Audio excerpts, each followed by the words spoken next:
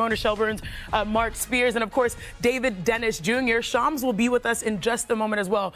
But did everyone have a good weekend? Yeah. The first weekend of 2025? Yeah. It was cute. It was cute. You must have did something fun. I was watching all these fun games because yesterday afternoon we got the matchup that we have been waiting for all season long. A clash of the two teams with the best odds to face up in this year's finals, the Celtics and the Thunder. So let's get right to the highlights because this one was so much fun. Celtics versus the Thunder, and it was Boston who got off to a strong start. Let's get to it. Did you guys see this floater from JB? Gets in the lane. Oh, that was beautiful. I mean, that was high rainbow arc. It was, and a few minutes later, tough mid-range. The Celtics actually led by 10 at the half. It is only the second time this season OKC has trailed by double figures at halftime this season. Now, the second half was a different story. The Thunder, they would turn it up. Yes. And speaking of turning up, SGA, step back three, Mark. It's just so methodical and takes his time, no rush. Love his game. Because everyone knows he can get to the rim like this, Ramona. I mean, death taxes and Shea getting 50 every night. Every night. And then the next possession, the Celtics, they turn it over. Isaiah Joe comes the other way and finds Aaron Wiggins for the layup. The Thunder make it a game headed to the fourth. Now, I mean, Caruso's on the bench. Yeah, Chet Holmgren's not there. Caruso's not there. Tied at 83. The defense in the fourth quarter was outstanding. And look, just finishing with force. The Thunder up 2 there, and then a few minutes later, oh, man. And I love those jerseys, by the way. SGA. Come on. Over Drew Holiday. OKC now up 7. And then less than a minute later, the Celtics, they look to run in transition. But no. Bam! And we don't think about him as a defensive guy, right? We should, though. Yeah. We should. And then on the other end, talk about a two-way play, finds Hartenstein for the alley-oop jam. I mean, what a sequence right there. First, the block by SGA on one end. Wow. And then he gets back in the play to throw the oop to Isaiah Hartenstein. SGA finishes with 33 in this one as the Thunder win 105-92. And here's SGA right after the game. I like to compete. Like, at the root of it all, I like to play go against the best and see where I stand, how good I really am. And that's all it comes down to. Like Coach said, they've done things that we've dreamt about doing, and there's no way to get there without playing teams and competing against teams like that. And that's what I wake up for. That's what I play the game for. And that's what tonight was about. Well, I guess then I'd ask, where do you think you stand, like league-wide? Yeah, I'm pretty good at basketball. Pretty solid fits there, too. The Thunder trailed by 10 points at halftime and then clamped down on the Celtics in the second half. Boston's vaunted offense scored just 27 points on 20% shooting in the second half, both the lowest totals by any team in a half this season. Now, the Thunder with arguably the most impressive win of their season thus far with what could be an NBA Finals preview. DDJ, if these teams meet up again in June, what did we learn?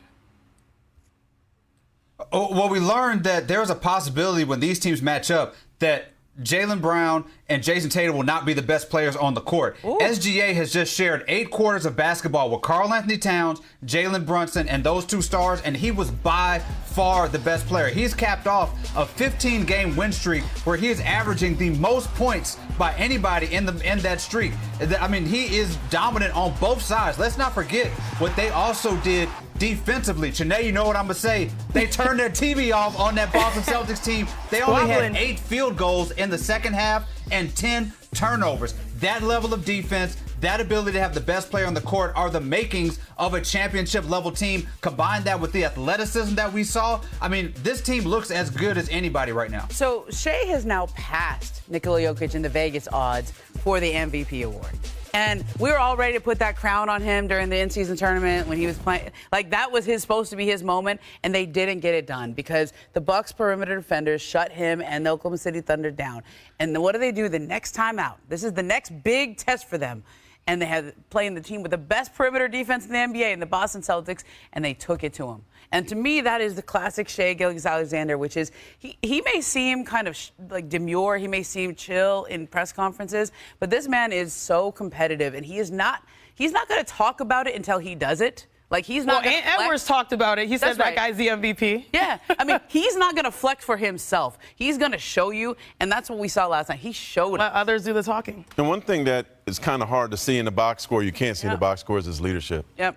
His leadership is outstanding. He had a play where two of his teammates were tussling with the Celtics, and he grabbed them and pulled them away and, like, focus on the game.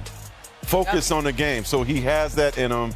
He's also kind of guy like J-Dub was brought up to his attention about All-Star, and he gave a thoughtful, like, 2-minute answer.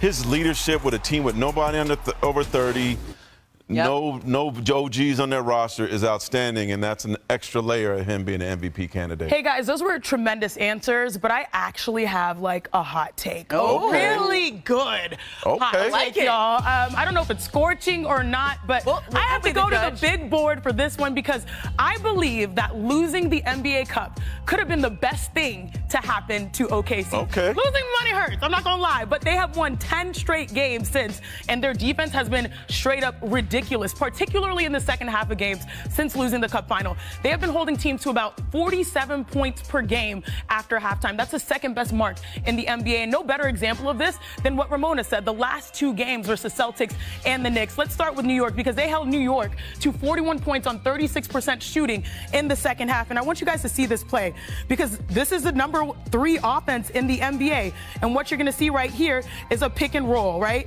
But look at how they hedge on this pick and roll. Let me stop it right there. There is a full level commitment right here with Hartenstein and Lou Dort. But also the only way these plays work is if you have a rover in the back. I know we're in football season, but that means SGA has to guard 2 guys and come up with a steal. And what does he do? He does exactly that. And then they're off and running. Now, if you see, they turn defense. They lead the NBA in steals, also in blocks. So they turn defense into offense. And this puts Jalen Brunson and the Knicks in a dilemma because now he has to decide who's open. Who do I go to? You go to the first pass, and bam, that's how they get their good offense from their defense. But also one thing that I love is how they switch. I just want you guys to see and appreciate how they move off a ball. This is a risk. Typically, Alex Caruso makes these types of plays, but this is a risk. You go and you double the ball handler who's bobbling. But then what happens after that? You're going to see movement on the backside. You're going to see movement on the backside. Boom, they scramble. Okay, there's a tough contest. You force Kristaps off the line. You have his back. You rotate out. You force a tough shot. And then most importantly, you get the rebound. Man, so far, the Thunder have been tremendous, and they've passed their latest test with flying colors. And what test, you may ask? Well, the Thunder are in the midst of a 4-game stretch going up against the NBA's top 3 offenses. They won the first 2 games at home against the Knicks and the Celtics, and now they face the league's best offense on Wednesday in Cleveland on ESPN. Now we have some breaking news coming out of Dallas, and that means we have to welcome in our senior NBA insider, Shams Charania. And Shams, what is the latest from the Mavericks? Sinead, Kyrie Irving, I'm told, has a bulging disc in his back. He will miss at least about a week or 2 with the injury. He was reevaluated today, and there is optimism that over the coming days he's going to have some treatment on that back and be able to come up with a return to play target date. But now this means that the Mavericks will be without Irving for at least this next short-term period of time, but also they're without their second star player in Luka Doncic, who will be reevaluated at the tail end of January. And so just a tough blow here in the short term. Dallas on a back-to-back.